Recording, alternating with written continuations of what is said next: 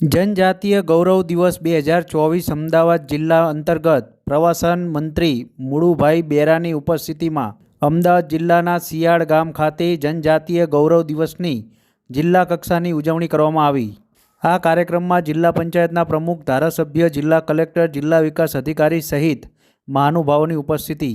ભગવાન બિરસા મુંડાની 150મી જન્મજયંતિ નિમિત્તે દેશભરમાં વિવિધ જગ્યાઓએ જનજાતીય ગૌરવ દિવસની ઉજવણી કરવામાં આવી રહી છે, જે અન્વયે બાવળા તાલુકાના શિયાળ ગામ ખાતે અમદાવાદ જિલ્લા કક્ષાની ઉજવણી કરવામાં આવી હતી।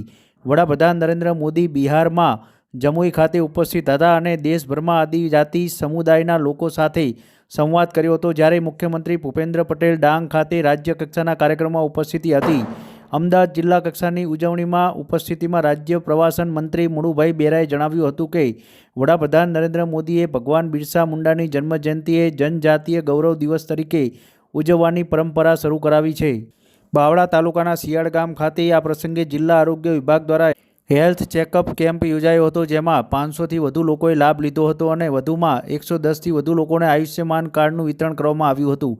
આ કાર્યક્રમમાં જિલ્લા કલેક્ટર, ડીડીઓ, ધારાસભ્ય સહિત વિવિધ અધિકારીઓ અને પદાધિકારીઓ અને જિલ્લા તાલુકા વહીવટીતંત્રના અધિકારીઓ સહિત મોટી સંખ્યામાં લોકો ઉપસ્થિત રહ્યા હતા।